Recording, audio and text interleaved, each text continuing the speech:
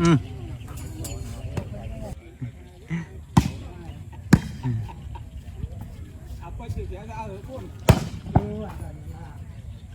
Lên đó.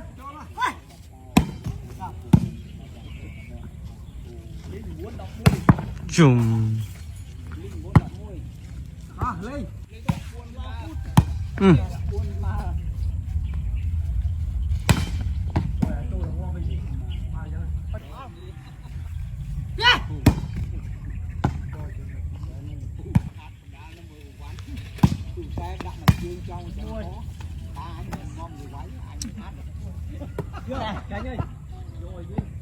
Đập muối.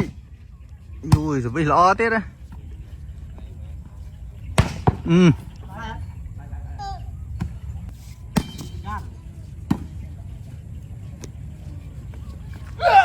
Ui. Thế có bạch sàn đó nè. Ừ.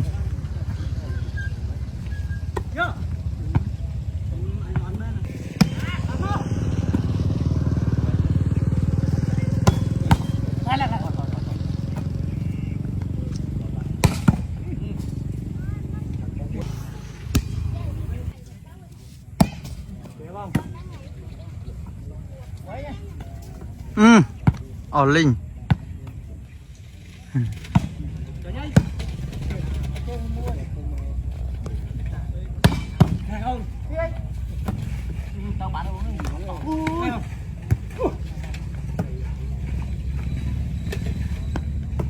Ừ.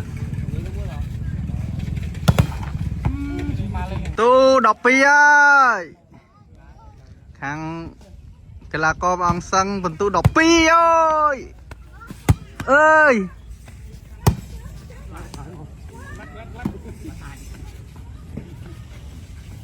Ơ. Ấy ơi.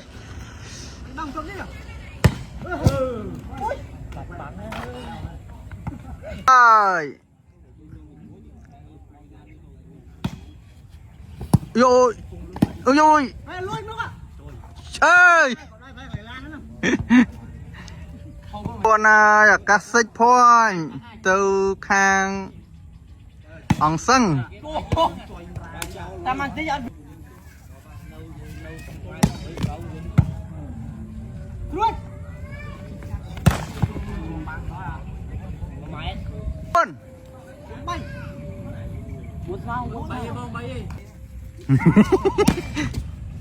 Dạ.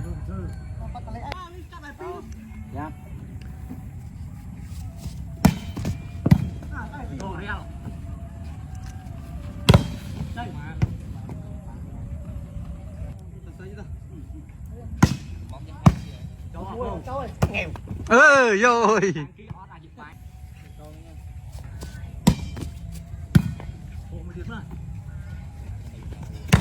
Chừng.